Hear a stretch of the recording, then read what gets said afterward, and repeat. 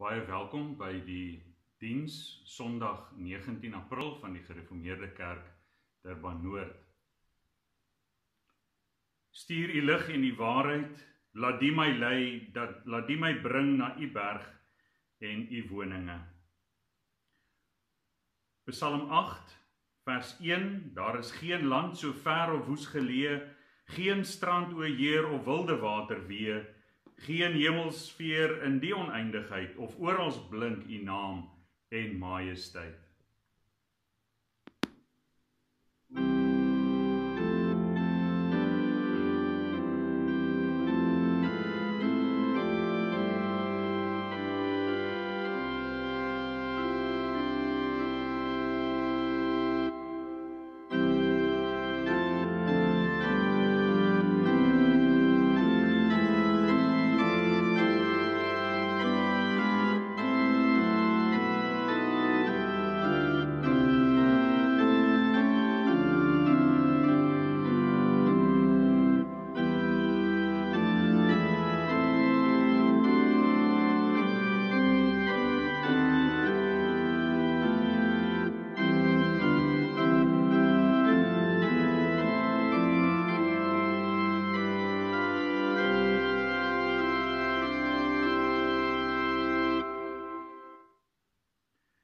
Ons gaan nou ons geloof bely aan die hand van die apostoliese geloofsbelijdenis en daarna gaan ons ook die wet van die Here aanhoor.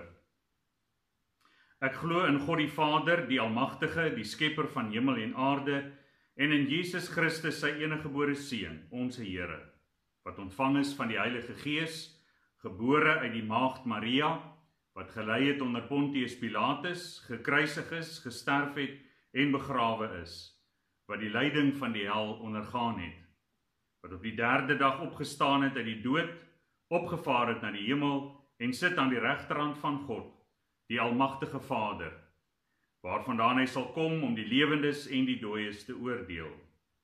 Ek glo in die Heilige Gees.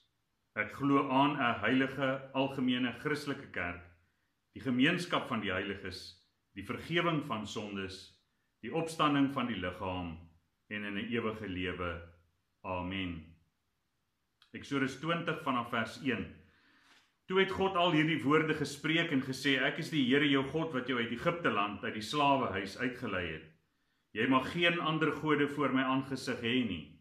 Jy mag vir jou geen gesnede beeld of enige gelykenis maak van wat bo in die hemel is, of van wat onder op die aarde is, of van wat in die waters onder die aarde is nie. Jy mag jou voor hulle nie neerbuig en hulle nie dien nie, want ek, die Here jou God, is 'n jaloerse God, wat die misdaad van die vaders besoek aan die kinders, aan die derde en aan die vierde geslag van die wat my haat. En ek bewys barmhartigheid aan duisende van die wat my liefhet en my gebooie gehoorsaam, my gebooie onderhou. Jy mag die naam van die Here jou God nie ydelik gebruik nie, want die Here sal die een wat sy naam ydelik gebruik, nie ongestraf laat bly nie. Gedenk die Sabbatdag dat jy dit heilig.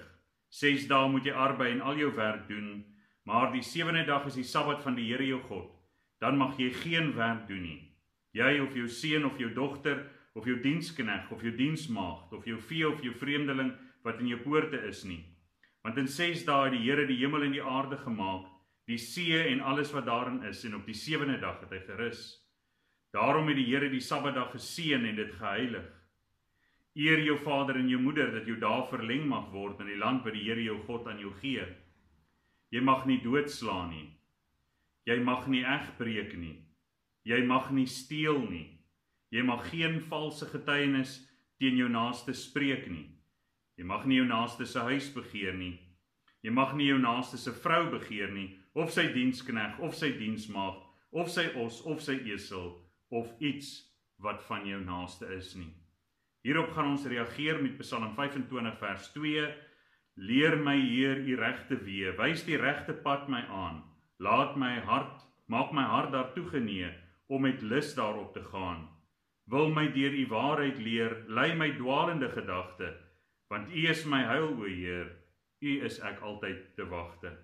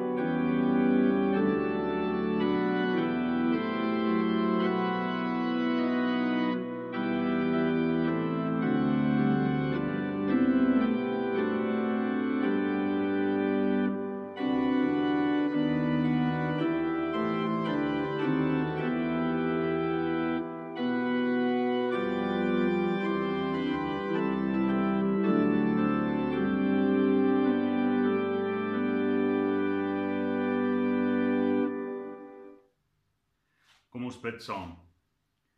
Ons almagtige Hemelse Vader, ons dankie vir u goedheid en die guns wat u voortdurend op ons uitstort.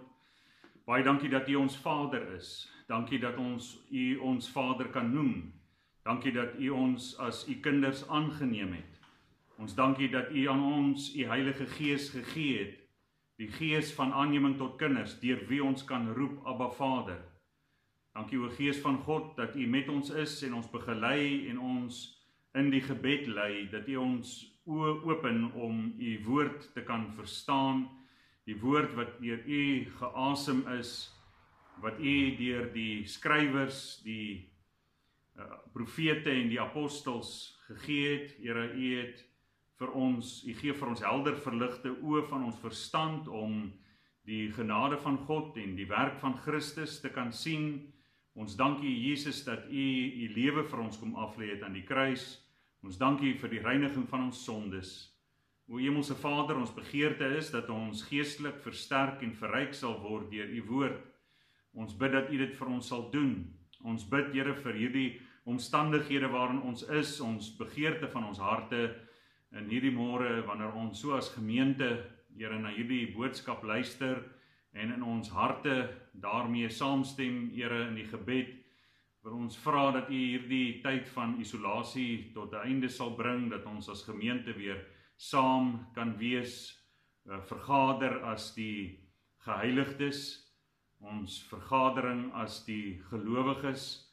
Begeer ons, Here, om weer die gemeenskap van die heiliges te kan ervaar, weer met mekaar te kan deel, weer met mekaar te kan praat oor die goedheid van God. Ons bid, Here, dat u dan vir ons sal verhoor. Ons bid dat u in hierdie tyd vir ons sal sorg en voorsien. Ons bid vir die werkers in hierdie tyd in hospitale, wat ons bid dat u hulle sal ook beskerm en bewaar, want hulle het gesinne en is ook bekommerd oor hulle eie gesondheid. Ons bid, Here, vir mense wat sonder werk sit en wat die swaard oor hulle kop het, dat hulle moontlik hulle werk kan verloor, vir mense wat nie inkomste het nie. Here, werklike moeilike tyd vir ons. Ons vra dan, Here, dat u self oor ons sal kom ontferm en dink aan ons. Seën ons by die aanhoor van u woord. Ons bid dit in Jesus naam. Amen. Ons skriflesing kom uit Deuteronomium hoofstuk 6. Deuteronomium hoofstuk 6, ons lees daar vanaf vers 1 tot en met vers 9. Dit is dan die gebod, die insettinge en die verordeninge wat die Here julle God julle beveel het om te leer, sodat julle dit kan doen in die land waarheen julle oortrek om dit in besit te neem. Dat jy die Here jou God kan vrees om al sy insettinge en sy gebooie wat ek jou beveel te hou, jy en jou kind en jou kindskind al die dae van jou lewe, en dat jou dae verleng kan word. Hoor dan Israel en onderhou dit sorgvuldig, dat dit met jou goed kan gaan en dat julle baie kan vermenigvuldig, soos die Here die God van jou vaders jou beloof het, 'n land wat oorloop van melk en honing. Hoor Israel, die Here onse God is 'n enige Here. Daarom moet jy die Here jou God lief hê met jou hele hart en met jou hele siel en met al jou krag. En hierdie woorde wat ek jou vandag beveel moet in jou hart wees. En jy moet dit jou kinders inskerp en daaroor spreek as jy in jou huis sit, en as jy op pad is, en as jy gaan lê, en as jy opstaan. Ook moet jy dit as 'n teken bind op jou hand, en dit moet as 'n voorhoofsband tussen jou oë wees. Jy moet dit op die deurposte van jou huis en op jou poorte skrywe. Ons teks vind ons in vers 4 en 5, en ek gaan dit vir u herhaal. Hoor Israel, die Here onse God is 'n enige Here. Daarom moet jy die Here jou God lief hê met jou hele hart, met jou hele siel en met al jou krag. Die tema van ons boodskap is God openbaar homself aan ons as drie-eenheid. Betoon jou liefde aan hom. God openbaar homself as drie-eenheid. Openbaar jou liefde aan hom. Ek wil ook aan u voorhou, Katekismes Sondag 8. Ons is met Sondag 8 besig. Ons het die vorige keer toe ons 'n katekisme diens gehou het, Sondag 7 behandel. Sondag 8 sê, vraag 24, vraag en antwoord, hoe word hierdie artikels ingedeel?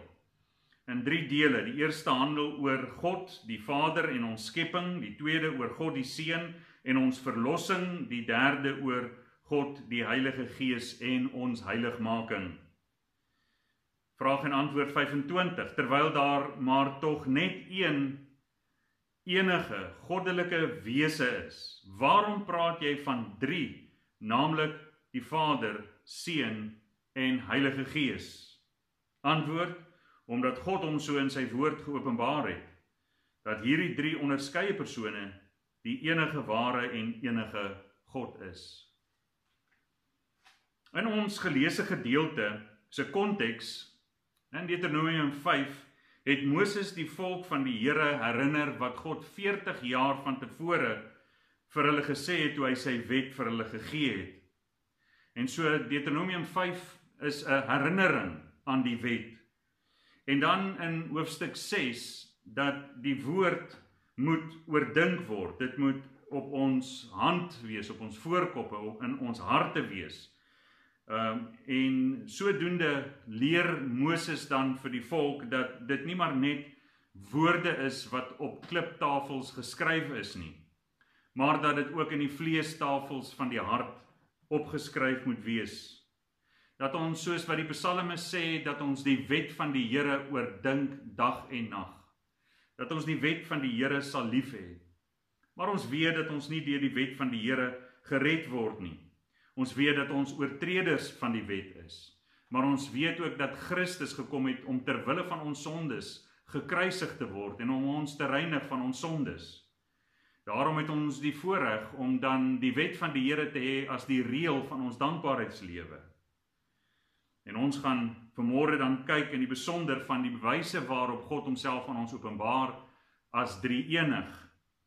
En ons gaan kyk na die krag wat hieruit voortspruit, soos wat God homself openbaar, dat daar bewondering en liefde en eerbied en ontzag vir God sal wees, omdat hy so goed is om homself aan ons te kom openbaar. Kom ons kyk na die eerste punt. God openbaar homself as drie-eenheid. Deuteronomium 6 vers 4 en 5. Hoor Israel, die Here ons God is 'n enige Here. Daarom moet jy die Here jou God lief hê met jou hele hart en met jou hele siel en met al jou krag. Hierdie was ook die belydenis van Israel, die Shema, die hoor dan Israel. En hierdie woorde sien ons weergalm reg deur die Ou Testament, dat God is een. Ook word dit in die Nuwe Testament weergalm. Selfs die Here Jesus, lees ons Markus 12 vers 28 tot 30, vestig die klem daarop dat God een is. Markus 12 vers 28 tot 30. Wat is die eerste gebod van almal? En Jesus antwoord hom, die eerste van al die gebooie is: Hoor Israel, die Here ons God is 'n enige Here, en jy moet die Here jou God lief hê uit jou hele hart en uit jou hele siel en uit jou hele verstand en uit jou hele krag. Dis die eerste gebod. Jakobus skryf ook in sy brief, Jakobus 2 vers 19, jy glo dat God een is. Jy doen goed, die duiwels glo ook en hulle sidder. So ons glo dat God een is. En daarom vra die katekismus dan, as ons dan sê en ons bely dat God een is, waarom noem ons hom drie? Die Vader en die Seun en die Heilige Gees. En in die besonder God die Vader, God die Seun, God die Heilige Gees. Ons wil dit duidelik maak dat ons is wat genoem word monoteïste. Mono is een en theos is die woord vir God. Ons glo in mono God, alleen God, een God, en nie veel godery nie. Daar is verskeie monoteïstiese godsdienste in die wêreld, waarvan die ander die Judaïsme is, en ook die ander is Islam. Maar hulle is unitariese monoteïste, terwyl ons dan trinitariese monoteïste is. En trinitaries is juis die verwysing na die 3 persone in die goddelike drie-eenheid. En so om dit te kan verstaan, moet ons ook teruggaan en kyk na die stryd wat in die kerkgeskiedenis geheers het. En gaan ons ook swaar steun vanmôre in die boodskap op dit wat ons lees in die geloofsbelijdenis van Athanasius. Athanasius se geloofsbelijdenis gee vir ons 'n duidelike uiteensetting van wat die kerk glo en wat die kerk geglo het van die apostelse tyd af en ook na die konsilies wat gehou is, waarin daar baie gepraat is oor die goddelike drie-eenheid en ook die kerke van die ooste, wat meer bekend staan as die Grieks-ortodokse kerk en ook die kerk in die weste, wat meer as die Romeinse kerk bekend staan, waaruit dan die 16de eeuse protestantse reformatie gekom het, glo en bely dan almal in die drie-eenheid, in 'n trinitariese monoteïsme. So as ons kyk na dit hoe God homself in sy woord openbaar, dan openbaar hy homself as een. Maar dit is ook vir ons duidelik dat as ons na nie net die Nuwe Testament wat dit so duidelik stel nie, maar ook in die Ou Testament, kan ons dit sien dat hierdie drie-eenheid in die Ou sowel as in die Nuwe Testament voorkom. God is vir ons God die Vader, God die Seën en God die Heilige Gees, terwyl ons nie 3 gode aanbid nie, maar weliswaar een God. En daar is ook baie mense wat 'n probleem skep vir hulle self oor die goddelike drie-eenheid, omdat hulle nie onderskeid tref, in die besonder oor Christus se persoon, dat hy 2 nature het nie. Hy het 'n goddelike natuur en ook 'n menslike natuur.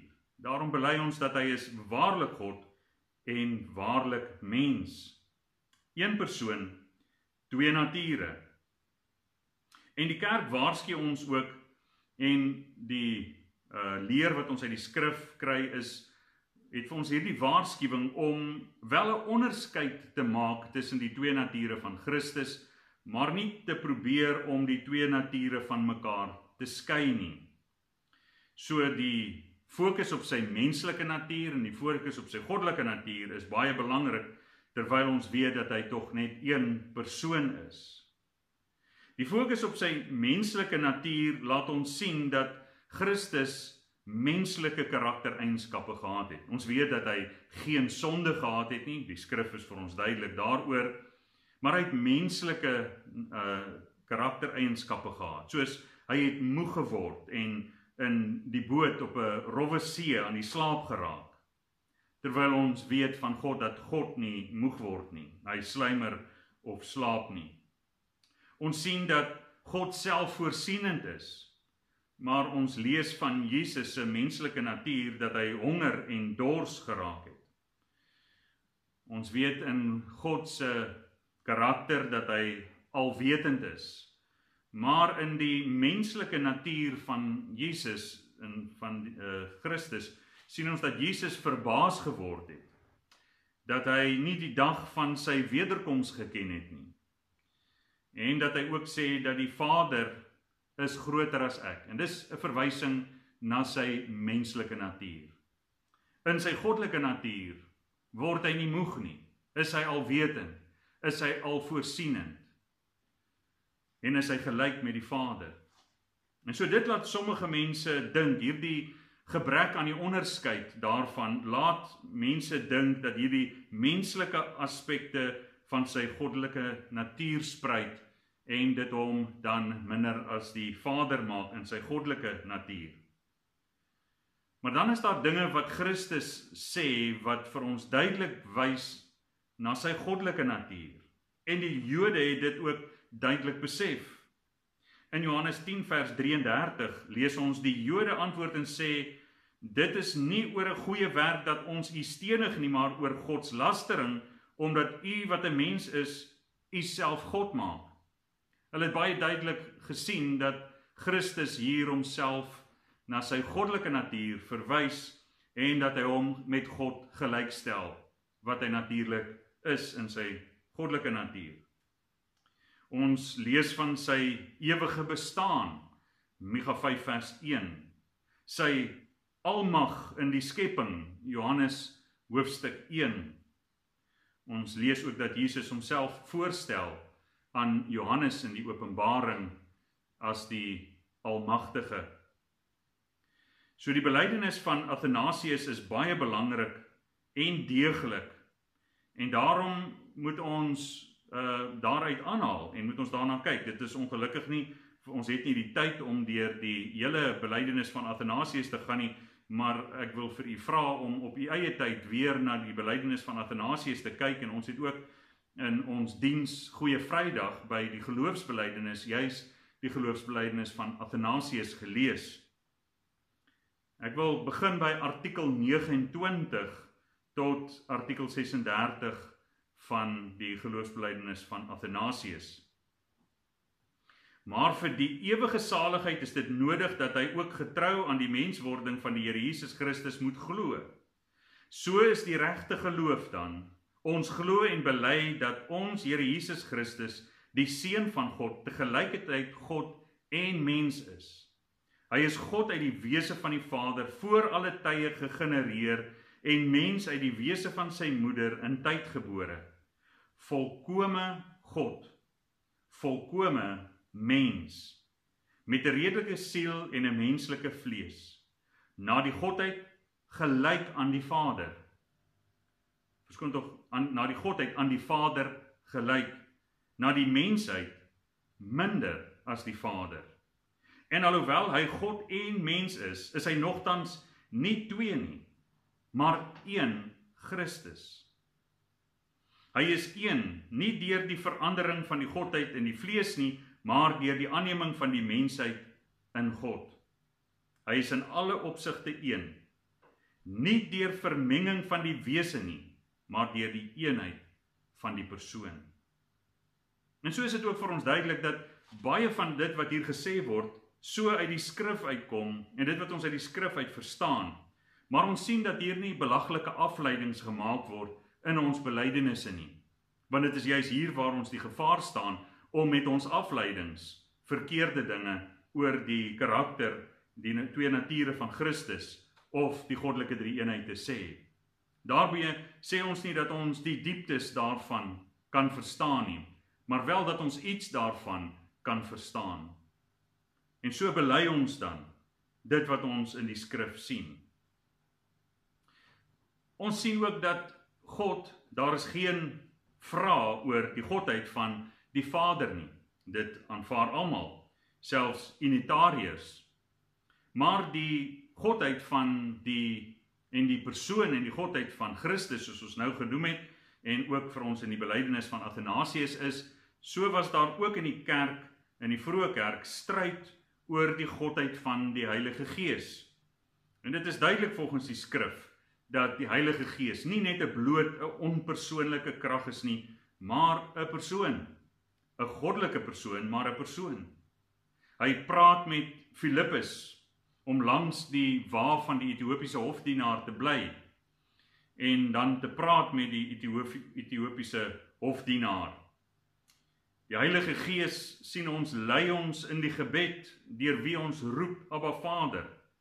Die Heilige Gees het die skrywers van die Heilige Skrif gedrywe, en hy gee vir ons as die lesers helder verligte oë van ons verstand om te kan verstaan wat hy in sy woord vir ons laat opteken het. Hy het ons lief. Dit is nie iets wat by 'n onpersoonlike krag teenwoordig is nie, maar by 'n persoon. Die persoon van die Heilige Gees het ons lief. Romeine 15 vers 30, maar ek vermaan julle broeders, by ons Here Jesus Christus, en by die liefde van die Gees, om saam met my in die gebede te stry vir my by God. Die liefde van die Gees. Die Heilige Gees het ons lief. God, die Heilige Gees, 'n persoon, nie 'n onpersoonlike krag nie. In Handelinge 5 vers 3 en 4, waar Ananias en Safira dan 'n leuen vertel het en gelieg het oor die bydrae wat hulle gemaak het en gesê dat dit die volle prys is van die eiendom wat hulle verkoop het, lees ons, toe sê Petrus, Ananias, waarom het die Satan jou hart vervul om vir die Heilige Gees te lieg en van die prys van die grond agter te hou? As dit nie verkoop was nie, het dit nie joue gebly nie. En toe dit verkoop was, is dit nie in jou mag nie. Waarom is dit dat jy hierdie saak in jou hart voorgeneem het? Jy het nie vir mense gelieg nie, maar vir God. So dis vir ons duidelik dat die Vader is God. Dis vir ons duidelik die Seun is God. Dis vir ons duidelik die Heilige Gees is God. Artikel 23 tot 25 van die belydenis van Athanasius lees ons: Die Heilige Gees is deur die Vader en die Seun nie gemaak of geskep of gegenereer nie, maar gaan van hulle uit. So is daar dan een Vader, nie 3 vaders nie, een Seun, nie 3 seuns nie, een Heilige Gees, nie 3 Heilige Geeste nie. In hierdie drie-eenheid is daar nie eerste of laaste nie, meeste of minste nie. En so baie sê dat dit leerstellings is wat net uit die Nuwe Testament voortkom. Drie-eenheid is maklik te sien in die Nuwe Testament, maar baie redeneer dit is nie maklik om die leer van die drie-eenheid in die Ou Testament te sien nie. En alhoewel ons sien dat Christus vir ons baie kom openbaar het van die karakter van God, is daar tog vir ons in die Ou Testament, as indien ons nie die drie-eenheid in gedagte hou nie, sekere gedeeltes wat nie vir ons verstaanbaar is nie. Ons sien byvoorbeeld in Genesis 22, daar op die berg toe Abraham sy seun Isak gaan offer het, en die Here uit die hemel geroep het dat Abraham nie die mes moet neem en sy seun moet slag nie, lees ons dan, toe roep die engel van die Here vir 'n tweede keer na Abraham van die hemel af en sê, ek sweer by myself, spreek die Here. Ek sweer by myself, spreek die Here. En so die engel van die Here is duidelik die Here self. En die engel van die Here is duidelik Jesus Christus. So indien 'n mens dan die godheid van Christus nie wil erken nie, en sê dat dit nie in die Ou Testament voorkom nie, het mense 'n baie groot probleem om te verklaar wat die Ou Testament sê. Want dit is vir ons duidelik dat Christus hier uit die hemel spreek en dit hier met Abraham dan praat. En by hom sê, ek sweer by myself. Want elkeen sweer by 'n hoër een as homself. Hy sweer by God. En Christus, wat dan uit die hemel uit, voordat hy geïnkarneer is, roep vanuit die hemel en is duidelik in sy goddelike natuur en sê dan dat hy by homself sweer, wat duidelik is dat die Seun en die Vader is gelyk. Nog 'n gedeelte wat die Jode stilgemaak het, nadat Jesus vir hulle gevra het, is in Psalm 110 vers 1. En dit word herhaal in Matteus 22 vanaf vers 41 tot en met vers 46. En toe die Fariseërs saamgekom het, vra Jesus hulle en sê, wat dink julle van die Christus? Wie se seun is hy? Hulle antwoord hom, Dawid se. Hy sê vir hulle, hoe is dit dan dat Dawid hom in die gees Here noem, as hy sê, die Here het tot my Here gespreek, sit aan my regterhand, totdat ek die vyande gemaak het, 'n voetbank van u voete. As Dawid hom dan Here noem, hoe is hy sy seun? En niemand kom hom 'n woord antwoord nie. Ook het geen een van daardie dag af dit meer gewaag om hom vrae te stel nie. En so dit is 'n vraag wat onbeantwoord bly indien 'n mens na die unitariese manier kyk na die skrif en nie trinitaries nie. Maar wanneer ons trinitaries na die skrif kyk, dan maak dit vir ons duidelik sin dat die Vader het hier met die Seun gepraat, sit aan my regterhand totdat ek jou vyande maak 'n voetbank van jou voete.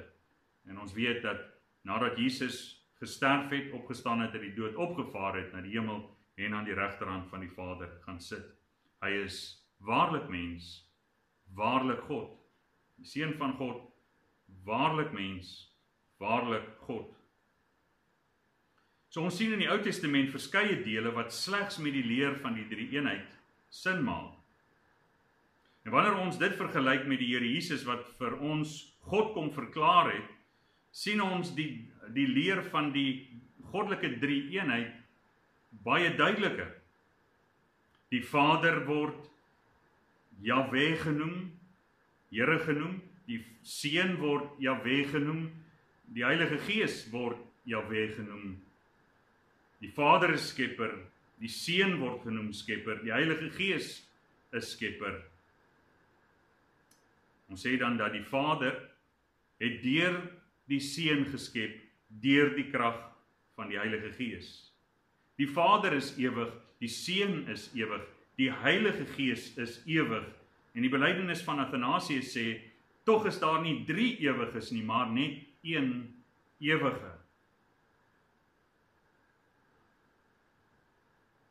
So daar's baie hedendaagse groepe wat 'n unitariese beskouing van God het en wat wegbeweeg van dit wat God in sy woord sê. So God openbaar homself aan ons as drie-eenheid. En vanuit hierdie verklaring word dan ook van ons vereis om ons liefde aan God te betoon. En dit bring ons by die tweede punt, betoon jou liefde aan hom. Deuteronomium 6 vers 4 en 5. Hoor Israel, die Here ons God is 'n enige Here. Daarom moet jy die Here jou God lief hê met jou hele hart en met jou hele siel en met al jou krag. Omdat God homself kom openbaar aan ons wie hy is. Daarom moet dit in ons reaksie aan God bewondering teenoor God bring. Diens aan God, liefde aan hom. Johannes sê vir ons dat dit is God wat liefde is. God is liefde. Wat het die liefde van God gedoen? Ons sien dat God het uit sy liefde, deur sy groot liefde, het hy sy seun vir ons gestuur, om aan die kruis van Golgotha te sterf, ter wille van ons sondes, ter wille van ons oortredinge. En ons kan nou God lief hê, omdat hy ons eerste lief gehad het, omdat hy homself oor ons ontferm het. Die apostoliese geloofsbelydenis met die 12 artikels van die Christelike geloof stippel vir ons hierdie belangrike aspekte van ons verlossing uit, wanneer ons dan Sondag na Sondag bely, hierdie belydenis van ons geloof, saam as 'n gemeente bely. En dit stippel hierdie belangrike aspekte uit. En so die apostoliese geloofsbelydenis is vir ons noodsaaklik om daarna te kyk, om die elemente raak te sien, want ons weet ook ons katekismes is opgedeel in, ek moet weet hoe groot my sonde en my ellende is. Ek moet weet hoe om daarvan verlos te word, en ek moet weet hoe om God dankbaar te wees vir sy verlossing. As ons dan sê dat ons dan moet kyk na wat God vir ons in sy woord gesê het, en soos wat ons dit in ons belydenisskrifte sien, saamgevat, die apostoliese geloofsbelydenis vir ons verduidelik, van hoe ons van ons sonde verlos kan word, dan is dit baie belangrik dat ons na die karakter van God, na hoe hy verlossing en waarom hy dan verlossing vir ons bewerk het. Natuurlik omdat hy liefde en omdat hy vol van genade en barmhartigheid is. So dis in hierdie konteks wat ons katekisme Sondag 8 het. Hoe word hierdie artikels ingedeel? So die artikels van ons Christelike geloof, die artikels van die apostoliese geloofsbelydenis word dan in hierdie 3 dele saamgevat. Eerste deel oor God die Vader, tweede gedeelte oor God die Seun, die derde gedeelte oor God die Heilige Gees. En dan ook die spesifieke eienskappe daarvan. Die Vader as die Vader en ons skepping, God die Vader en ons skepping, die tweede God die Seun en ons verlossing, en die derde God die Heilige Gees en ons heiligmaking. So terwyl daar maar tog net enige goddelike wese is, waarom praat jy van 3, naamlik Vader, Seun en Heilige Gees? Omdat God homself so openbaar in sy woord, dat hierdie 3 onderskeie persone die enige ware en ewige God is. In liefde kom openbaar God Homself aan ons. Ons sien God se liefde baie keer nie raak nie. Ons is blind vir sy liefde, omdat ons eerste ouers, Adam en Eva, in sonde geval het. En saam met hulle het ons ook deel aan die sondeval, en ook aan dit wat die invloed van die sondeval op ons het, deur geestelike blindheid, selfsug, selfgesentreerdheid. Daarom sien ons God se liefde nie raak nie. En dit wat ons op die TV sien en wat ons oor die radio luister en oor die internet kry, is liefde wat selfsugtig en selfgesentreerd is. En dis waarin mense verstaan wat liefde is. Maar terwyl ons moet gaan kyk na wat God in sy woord sê oor liefde. Ware liefde is nie om te kry wat ek wil hê nie. God het vir ons kom wys dat liefde is dat hy sy seën vir ons kom stuur het. Hy het vir ons kom wys wat ware liefde is. Terwyl ons rebelle was, wat sondig en haatlik teenoor God was, juist toe ons sondaars was, het God sy seën vir ons gestuur. Hy het ons sonde vergewe, en deur hom kan ons met God versoen raak. Dis ware liefde. Dit is opoffering en nie selfsug nie. Ons kan hom lief hê, omdat hy ons eerste lief gehad het. Terwyl ons dit nie verdien nie, reik God na ons toe en openbaar aan ons sy wese. God is liefde. En nou kan ons hom as wese waardeer en aanbid en lief hê en bewonder. Gelowiges, God kom openbaar aan ons sy attribuut wat die duidelikste na vore kom, en dit is die attribuut van liefde. Gee hom jou liefde en bewondering en dankbaarheid en rig jou lewe in dankbaarheid aan hom. Bekeer jou van jou selfsug en jou eie geregtigheid. Gryp in die geloof na die offer van die liefde van sy seun, dat ons in hom kan lief hê, God terug kan lief hê, met ons hele hart, met ons hele siel en met al ons krag. Hoe openbaar ons hierdie liefde aan hom, as ons hom lief het? Onderhou sy gebooie. Dat ons in dankbaarheid, in gehoorsaamheid sal leef, in die gebooie aan God, omdat hy ons so lief gehad het, en aan ons so groot genade gegee het. Amen. Kom ons bid saam. Ons Hemelse Vader, ons dank U dat U ons lief het, ons dank U dat U Uself oor ons ontferm, ons dank U dat U ons genade betoon. Ons bid vir hulle wat in rebellie nog teenoor U staan, aan wie ons met vrymoedigheid graag die evangelie wil verkondig, maar waarvan ons vrymoedigheid soveel keer ontbreek. Gee dan vir ons vrymoedigheid, Here, dat ons hierdie wonderlike goeie nuus van die evangelie kan verkondig aan 'n verlore gaande mensdom. Ons bid, Here, dat ons harte opreg dankbaar gemaak sal word vir al U goedheid en U guns, U genade, U liefde en U barmhartigheid. U openbaar U self vir ons en help ons dan om U lief te hê vir dit wat U ons openbaar, vir hoe U Uself aan ons openbaar. Help ons om nie weg te beweeg van hierdie belangrike openbaring van U woord, dat ons ooreenkomstig die openbaring van U woord U sal dien en U sal aanbid. Ons bid dit in Jesus naam. Amen. Ek wil U net herinner daaraan dat ons kerk se rekeningnommers word onder in die inligtingsblokkie is dit beskikbaar. Dit sal nou ongelukkig nie vir diegene wat op 'n smart TV besig is om te kyk na YouTube, sal dit nie kan sien nie, maar wanneer mens op die selfoon die YouTube skakel oopmaak en dan in die inligtingsblokkie kyk, sal u die kerk se rekeningnommers daar sien. Vir u vir wie dit moontlik is om dan getrou by te dra. Psalm 116 vers 1 sê: God het ek lief, want die getroue Heer hoor na my stem uit vrye welbehae. Ek roep hom aan in al my lewensdae. Hy skenk my hulp, hy red my keer op keer.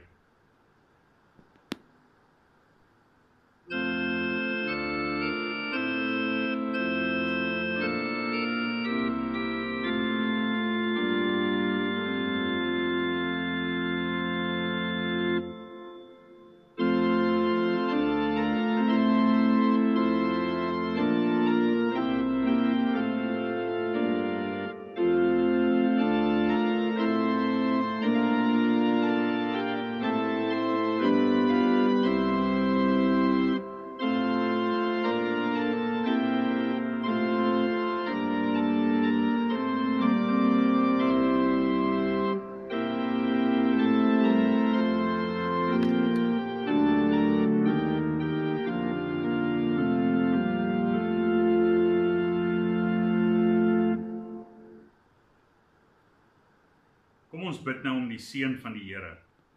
En mag nou die genade van die Here Jesus Christus en die liefde van God en die gemeenskap van die Heilige Gees met julle almal wees. Amen.